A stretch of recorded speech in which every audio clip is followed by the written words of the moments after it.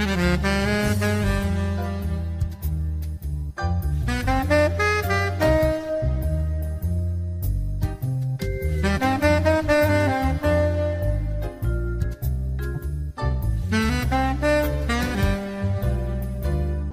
fait parler en quelque sorte Nono, un juif d'Égypte d'Alexandrie, via la voix de sa fille, Fortunée Dweck. Et aujourd'hui, nous allons donner la parole active à Ronald Sicurel, à qui je dis avant tout bonjour Ronald. Bonjour Monique. Et je suis très contente de faire passer un grand-père qui va s'adresser à son petit-fils, car je salue ce livre, Mémoire du Caire, aux éditions Sarina, que vous avez écrit à l'initiative de votre fille Valérie, qui a eu envie qu'un grand-père parle à son petit-fils Ben. Absolument, oui. Et alors, il y a en fait 3 grosses parties dans votre livre, puisqu'il y a la petite enfance, Améadi, donc une vie de rêve pour un enfant jusqu'à l'âge de 7-8 ans, je crois. Puis après, vous allez nous parler de votre vie à Zamalek, puis ensuite en Suisse. Mais nous allons d'abord commencer par le début de cette famille dont le grand-père arrive de Turquie. Donc Moreno, votre grand-père Sicurel, arrive de Turquie dans les années 1860, si je ne me trompe. Oui. Et a 3 fils.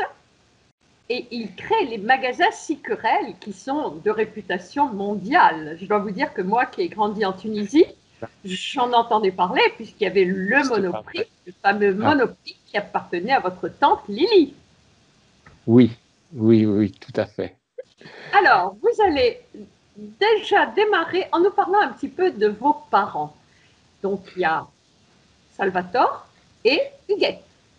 Salvatore et Huguette, oui. Mon père et ma mère. J'ai relativement peu connu mon père parce qu'on avait une différence d'âge importante, de 55 ans. Donc, quand il est mort, j'avais 30 ans et j'ai regretté de ne pas pouvoir le connaître plus que cela. Je l'ai connu comme homme, mais j'en ai plus entendu parler après que je ne l'ai vraiment connu pour les affaires qu'il a montées ou pour ce qu'il a fait dans sa vie. J'ai l'image d'un homme très droit, très digne, ne se plaignant jamais, parlant à tout le monde, ouvert à tout le monde. Je ne l'ai jamais entendu élever la voix. Et c'est resté un modèle pour moi. À Méadi, nous avons quitté Méadi en 1952, donc au moment où le Caire a été mis à feu, où il y a eu tous ces incendies et où les magasins ont brûlé. Et c'était fois, je crois. C'est pour la deuxième fois. La première fois, c'était en 48. Alors ça, je m'en souviens évidemment pas du tout. J'avais à peine 3 ans. Et ils avaient mis une bombe à ce moment-là. Mais en 52, c'était le grand incendie du Caire.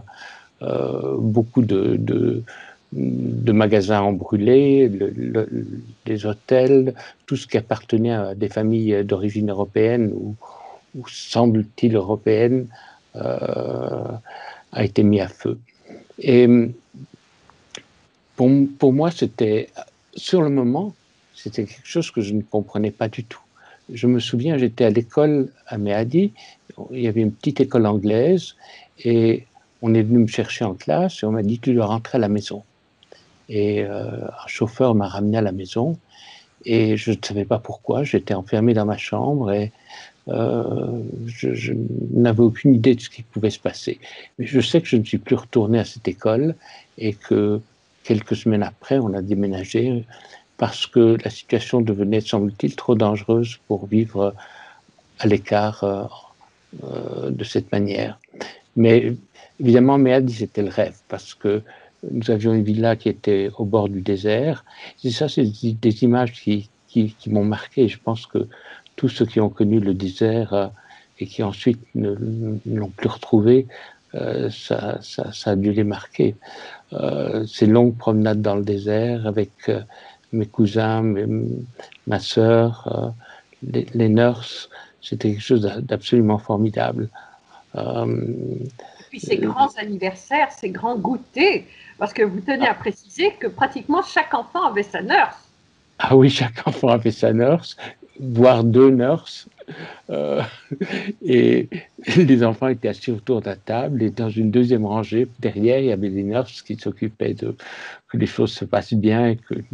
Oui, c'était une époque... Parce que vous singez un petit peu l'humour de vos mamans. Mon chéri, à l'égyptienne. Ah oui, il y a un accent égyptien, juif égyptien qui est...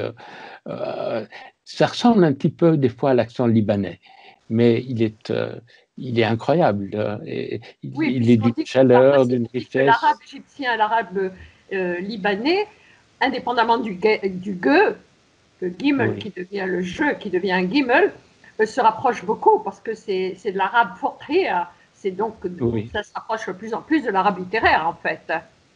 Oui. Et vous avez baigné dans une multiculture, un monde multiculturel. Oui. Sur tous les plans, parce qu'il y avait les langues différentes, il y avait l'arabe, il y avait l'italien, il y avait le français, il y avait l'anglais. Mais même, précisez que vous faisiez toutes les fêtes. Noël, Ramadan, Kippour. Ah oui. Je sais que j'ai appris après coup que mon père était président de la communauté juive du Caire, mais il n'était pas du tout religieux, ou très peu religieux. Nous fêtions quelques fêtes, peut-être Kippour, mais nous fêtions aussi les fêtes catholiques, nous fêtions Noël, nous faisions Ramadan, nous faisions toutes les fêtes. Il n'y avait pas tellement de... C'est merveilleux, cette ouverture. Oui, c'est curieux. Des gens de cultures différentes, d'éducation différentes se mélangeaient volontiers, se rencontraient. La seule chose qu'ils ne faisaient pas, c'est qu'ils ne se mariaient pas. Se mariaient pas entre eux. Et ça, les Juifs. Il y a eu quand même quelques mariages. Il y a eu quelques mariages. Il y a eu la chanteuse Leila Mourad, par exemple. Oui, bien sûr. Parce que j'ai beaucoup apprécié, moi qui suis arabisante, même après, parce qu'on va y revenir, même quand votre famille a quitté, quand vous avez quitté l'Égypte, toutes les familles qui se sont regroupées, donc les cousins par parenté et autres, ont baigné dans le journal égyptien en français, les films égyptiens, les chants égyptiens. Et certaines de mes amies juives égyptiennes me disent, tu sais, les chants égyptiens, je les ai découverts quand je suis arrivée en France, parce qu'en Égypte, nous, les enfants, on ne chantait pas en arabe, et je les ai appris arrivés en France, en fait. Quelque part. Et c'est, je crois, en fait, la richesse et le besoin de se retrouver dans une culture dans laquelle on a baigné. Oui. C'est marrant. Il y a plusieurs périodes. Du moins, pour un jeune, il y a plusieurs périodes. Au début, je ne comprenais pas très bien. Je ne comprenais pas du tout pourquoi nous étions partis, pourquoi ce pays qui était si beau, si riche, on se retrouvait tout d'un coup ici en Europe. Surtout en hiver, l'hiver suisse, qui était très, très rude. Oui, parce qu'on est parti un peu précipitamment. Mais enfin, j'ai sauté Zamalek là. Oui, ne sautons pas Zamalek. D'abord, Méadi, c'est magnifique parce que j'eusse aimé visiter cette merveilleuse bâtisse avec deux jardins, le jardin pour les enfants, le jardin pour les parents. Ronald, vous m'inviterez, hein? Je suis retourné, la première fois que je suis retourné, j'ai été à Méadi pour voir si je retrouvais la villa. Mais elle avait été détruite, il y a des immeubles à la place. Et maintenant, Méadi, c'est vraiment, ce n'est plus une banlieue vraiment, c'est une ville. En fait, c'est le premier voyage en 87, le voyage pendant lequel vous n'êtes resté que 2 jours, parce que ça vous a supporté en fait. C'est fou. Je me réjouissais d'arriver et de découvrir les premières choses, mais très vite, j'ai eu une espèce d'angoisse. Et je crois que je sais de quoi vient l'angoisse. Vous avez ces souvenirs incroyables, merveilleux de paysages, de culture, d'interactions très riches. Oui. Et puis d'une ville propre. Et vous vous retrouvez là, vous savez que c'est la même ville, vous reconnaissez certaines rues ou certains bâtiments, et ça, surtout quelques odeurs. Les odeurs, c'est très très fort pour la mémoire. Vous sentez quelque chose, mais c'est plus ça, c'est plus vos souvenirs. Et tout d'un coup, c'est comme si on vous avait volé quelque chose. Et vous ne savez pas si vous vous êtes menti à vous-même pendant toutes ces années et que vous avez fabriqué ces souvenirs, parce que la réalité, c'est pas ça, ce que vous voyez maintenant. Et ça crée une tension interne. Je suis reparti. Mais par contre, ça a eu le grand privilège de vous préparer pour les voyages ultérieurs. Oui. Parce que mentalement, vous étiez en état d'acceptation. Ah oui. Je suis retourné, je ne sais pas, 10, 20 fois en Égypte. Ah oui, je suis retourné très souvent. Et j'ai constaté que j'étais le seul de ma famille à être retourné en Égypte. Oui, oui, c'est ce que je Aucun vois. de mes Et vous le rappelez à la cousins. fin du livre aussi, ce qui prouve qu'il y a eu énormément de douleur. Il y a eu énormément de douleur. J'en ai parlé avec ma sœur une fois. Avec Janine. Janine, oui. Et elle n'éprouvait pas du tout le besoin de retourner en Égypte. Alors pour moi, c'était vital de découvrir, de découvrir. Et j'ai eu quelques émotions formidables, des joies formidables en retournant là-bas. Les Égyptiens sont incroyablement chaleureux. Hein. Ils ont une mémoire, ils se souviennent des choses. Vous parliez avec eux en anglais, en français ou en arabe? Non, en fait, j'avais presque déjà complètement oublié l'arabe quand je suis retourné. C'est incroyable. Très fréquent. La mémoire est séquentielle, en fait. Oui, mais ça m'étonne, j'aurais pas dû l'oublier. Peut-être que je l'ai rejeté à un moment, je ne sais pas. C'est possible, c'est possible. Est-ce que vous y êtes revenu? Est-ce que vous êtes revenu à l'arabe? Non, non. Mais très étonnamment, j'ai beaucoup d'amis libanais, ici en Suisse, et beaucoup d'amis moyen-orientaux en général, oui. plus que d'amis suisses. Et je les entends parler parfois en arabe, je comprends à 20%, à 30%, mais c'est parti. Oui. Vous comprenez le sens global. Alors, en 52, on quitte Méhadi, qui est cette oasis de rêve qui va rester vraiment enfermée dans votre cœur, puisque quand vous y êtes retourné, ça n'était plus le Méhadi de votre enfance. Et vous arrivez à Zamalek. Donc, on change d'école, mais Miss Joyce vous suit quand même. Oui. Ronald, elle vous a suivi. Joyce, il y a resté 50 ans quand même, la Miss. Oui. Oui. On change de vie, mais pas complètement. Il y avait quand même mes parents qui étaient là tout le temps. Il y avait des employés qui faisaient le service, qui étaient généralement des Soudanais ou des gens de Namibie. Abdallah, le chauffeur, qui était soudanais, par exemple. Abdallah, il y avait Tofik, mais il faisait partie de la famille. C'était, il n'y avait pas vraiment de distance entre nous. C'est assez dur à illustrer. C'est un type de relation qu'on ne retrouve pas en Europe. Oui. Et chacun avait sa manière de vivre, sa culture, sa langue, et généralement les langues se mélangeaient entre elles, on utilisait les mots qui convenaient le mieux d'une langue ou d'une autre, ce qui donnait un discours qui était à peu près incompréhensible pour quelqu'un qui n'y serait pas habitué. Est-ce que vous pourriez me parler un petit peu de la nonna, Rachel, donc Rachel, oui. c'est donc la maman de ma mère. Elle était d'origine italienne, je crois. Mais Nonna, je crois que c'est le nom que tous les Juifs d'Égypte donnaient à leur Oui, grand-mère. le mot est d'origine italienne. Nono et nonna, c'est le grand-père et la grand-mère. Mais Oui. tous les Juifs égyptiens appelaient leur grand-père et leur grand-mère, même s'ils n'avaient aucune acquaintance italienne, nonna et nono. Oui, oui, oui, tout à fait. Et puis, il y a quelques mots d'arabe comme ça qui se baladent dans le langage des adultes. Halas, halas. Halas, oui. Deux fois reprises dans votre livre. Et j'ai beaucoup aimé, par exemple, je crois que c'est votre tante qui vous invite à déjeuner et vous n'aviez pas envie de terminer. Chérie, chérie, tu ne finis pas. Haram, haram. Oui. Alors, bien sûr, il y a aussi la joie et le bonheur d'être entouré de, je ne dirais pas de milliers, mais de plusieurs dizaines de cousins et cousines qui ne sont pas forcément des cousins et cousines biologiques. Ce sont aussi des périphériques. Non. Tout le monde était ma tante ou mon oncle, même s'il n'y avait aucun lien biologique.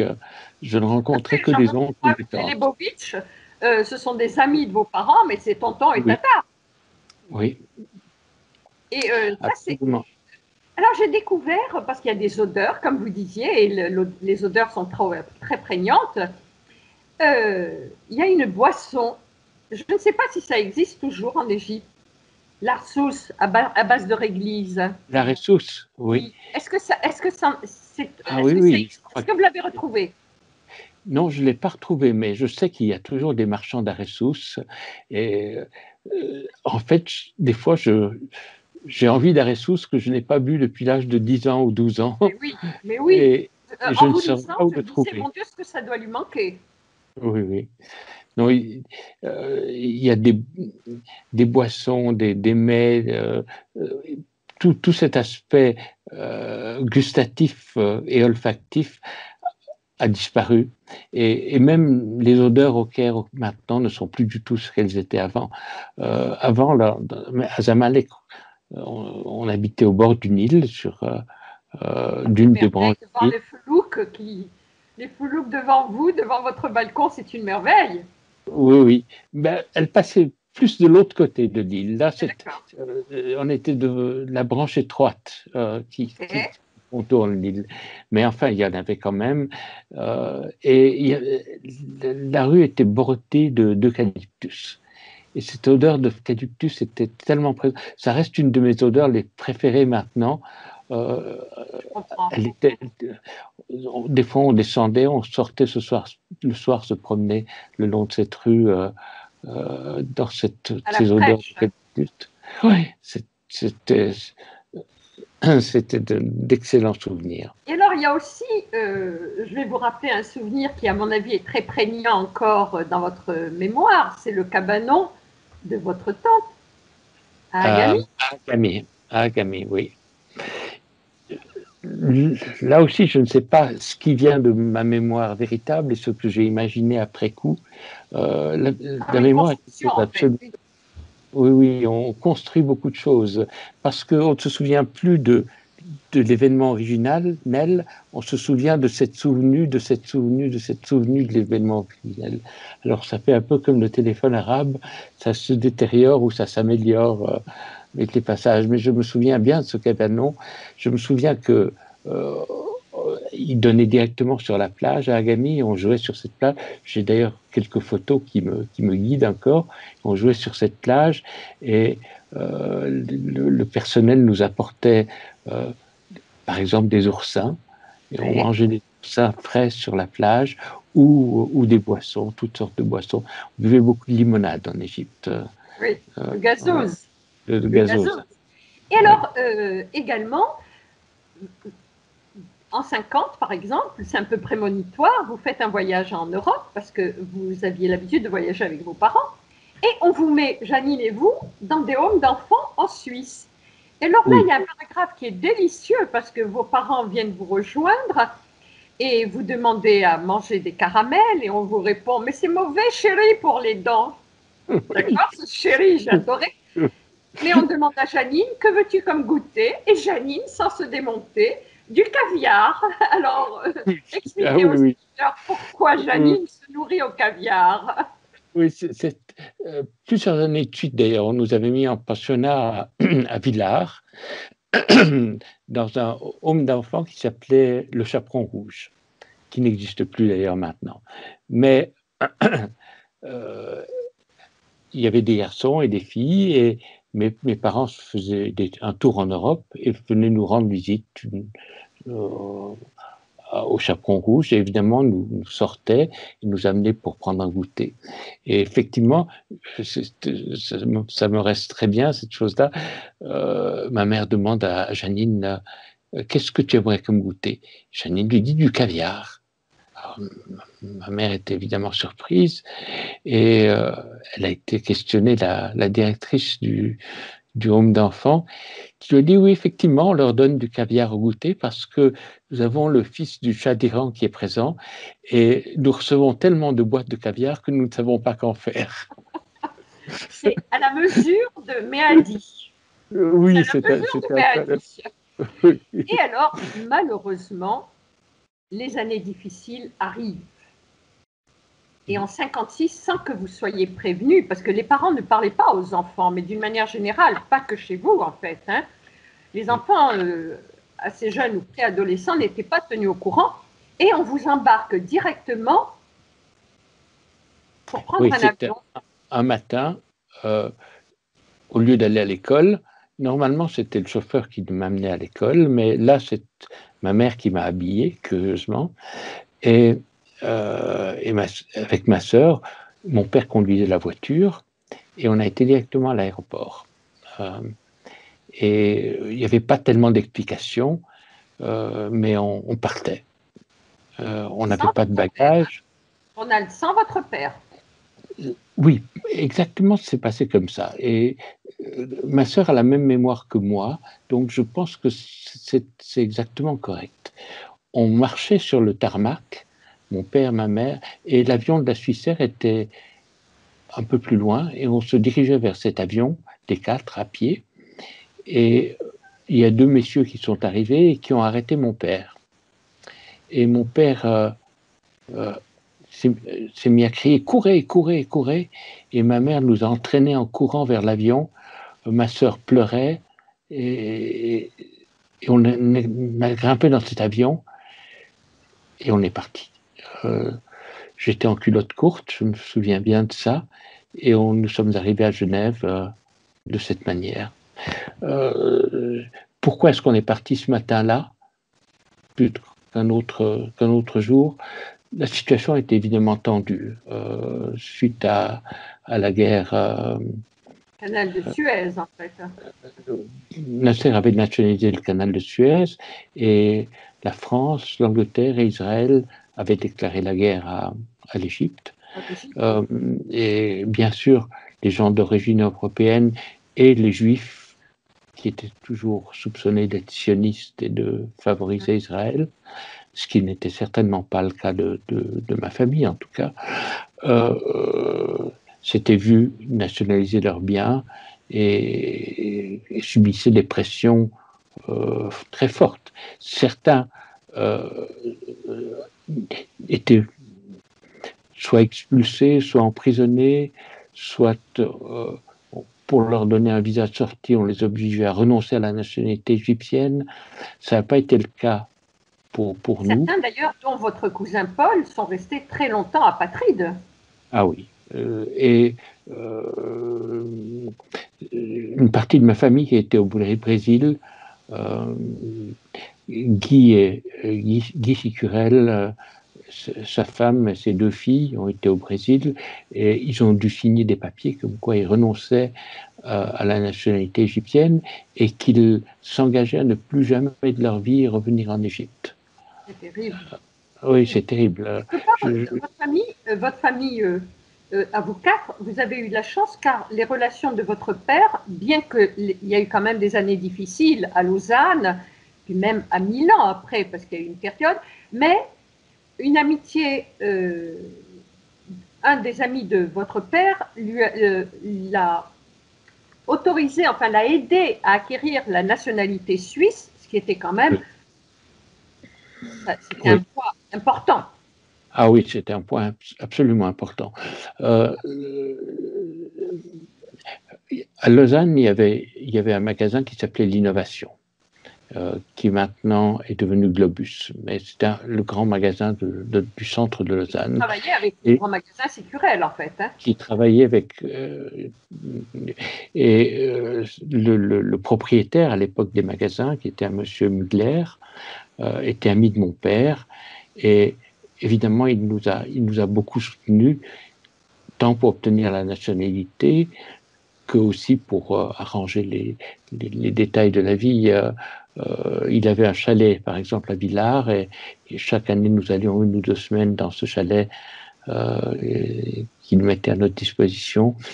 Il s'est montré extrêmement courtois, aimable et amical avec reconnaissant, parce qu'il y a dû avoir des échanges, en fait, entre les deux familles sur le plan du travail. Donc, c'est quelqu'un qui n'a pas tourné le dos.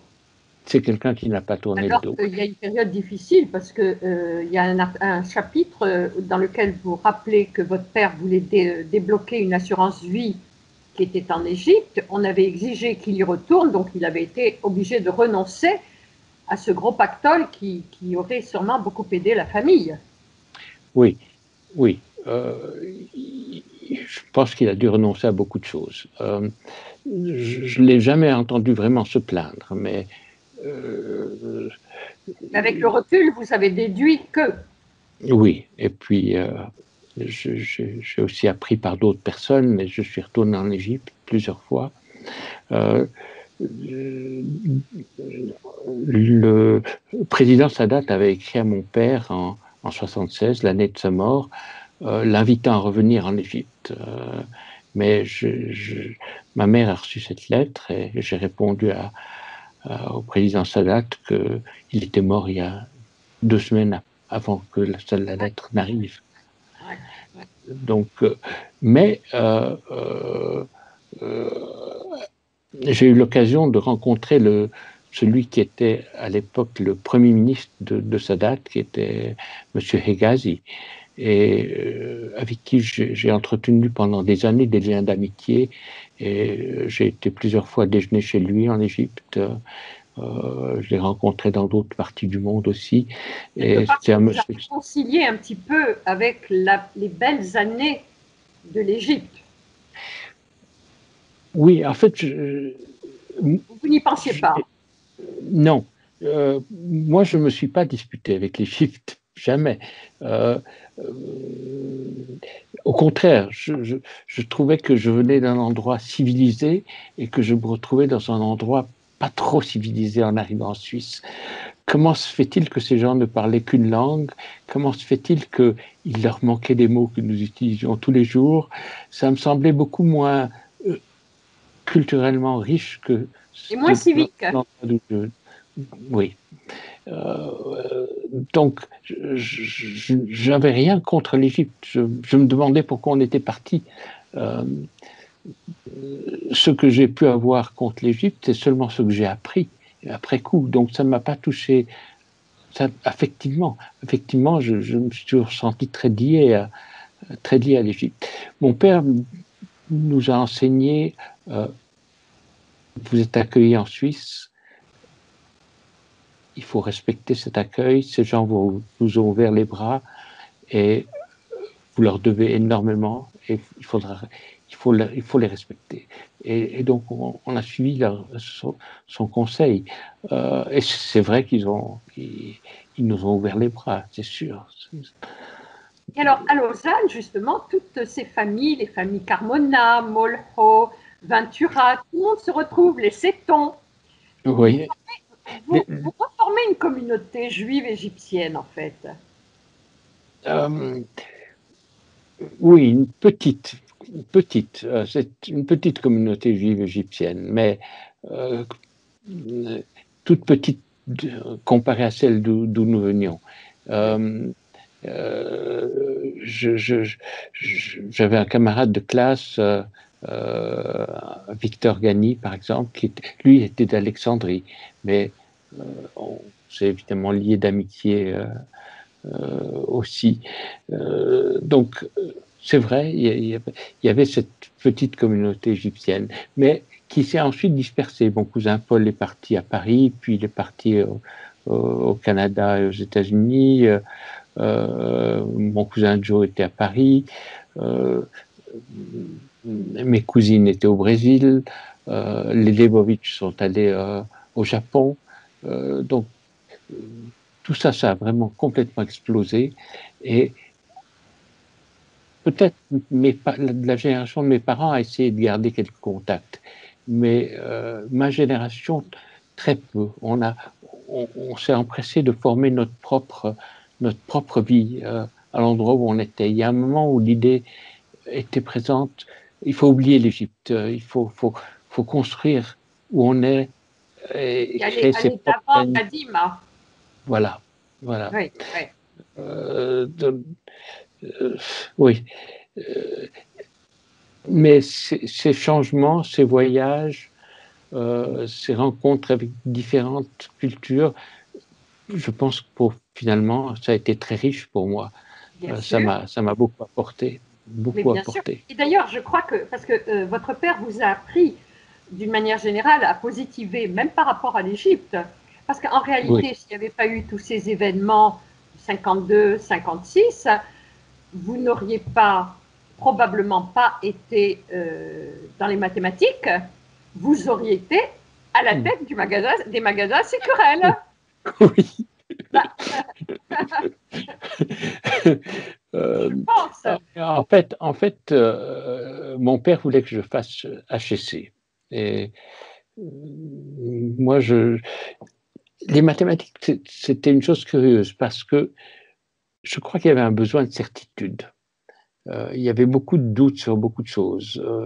Et les mathématiques ne sont pas une question d'opinion. Qu'on le veuille ou non, un théorème, c'est un théorème. Le livre d'Euclide, on peut le relire 2500 ans après, il n'y a pas une virgule à changer. D'ailleurs, les mathématiques vous ont sauvé, y compris au bac, parce que ce n'est pas l'allemand qui vous a fait briller. Mais ce n'est pas les mathématiques non plus, détrompez-vous. Oui, c'est vrai. D'ailleurs, vous le dites. Ah, je ne me souvenais pas, je le disais. Mais après. Oui. Ce qui m'a sauvé, c'est le français. Il fallait pas que j'aie un 1 d'allemand, parce que 1 était éliminatoire. Il fallait une note un peu plus élevée que 1. Le poème de Schiller, il a dû vous rester en travers de la gorge. Donc, c'était difficile de se mettre à l'allemand. Je ne l'aimais pas du tout, cette langue. Et j'étais arrivé alors que les autres en avaient fait déjà depuis 6 ou 7 ans. Donc, j'ai eu un peu de peine à m'y mettre. Mais après coup, après l'école, je m'y suis mis. Sûrement même peut-être un peu avec bonheur, parce que c'est sûrement une très très jolie langue. Enfin, et puis quand on rentre dans la culture allemande et autres, sans connotation sociopolitique, c'est une très très belle langue. C'est une très belle langue. C'est une langue philosophique, dit-on. Et alors, je dois dire que vous avez aussi développé un amour pour la musique. Oui. En même temps que l'amour, parce que vous avez rencontré quand même votre premier amour très jeune, en fait, à l'âge de 15 ans, Rosemary. Oui. Il y a de très belles pages. Et il y a un paragraphe où vous parlez justement de ces chansons de Barbara. Barbara, pour vous, reste l'égérie de la chanson. Oui. Hein? Oui, parce que je peux vous dire, la première fois que j'ai entendu Barbara, mon petit groupe d'amis était monté au chalet d'un d'entre nous, à la montagne, et ils avaient tous été skiés. Moi, j'avais décidé de plutôt rester au chalet et travailler, probablement faire des maths. Et il y avait la radio, et tout d'un coup, j'entends « Il pleut sur Nantes ». Enfin, je ne veux pas essayer de reproduire, mais j'ai senti une telle émotion, il y avait une telle pureté dans cette voix, une telle transparence. Avec un texte très profond aussi. Avec un texte très profond. Et presque toutes les chansons de Barbara, c'est des bijoux, c'est des merveilles. C'est des merveilles. Ouais. J'avais quelques chanteurs comme ça qui me tenaient beaucoup à cœur. Évidemment, aussi beaucoup de musique classique.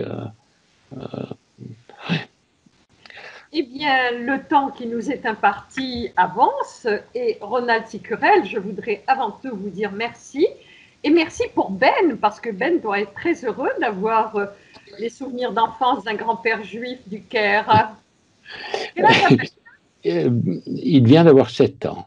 Ah oui, donc c'est il merveilleux. n'est pas encore en âge de vraiment Non, lire. non, mais, je pense qu'il va être très très heureux. Il y a de très belles photos également que vous avez dupliquées. Ronald Sicurel, merci pour cet entretien. Merci à vous, Monique. Et puis, je vous souhaite une prochaine fois et puis une très bonne année à vous et à ceux qui entendront. Aussi. Et je rappelle le livre de Ronald Sicurel, Mémoire du Caire, souvenirs d'enfance d'un grand-père juif d'Égypte, aux éditions Sarina. Quant à moi, chers amis, je vous dis à la semaine prochaine. Monique Nakache pour Paris, Culture et Spectacle.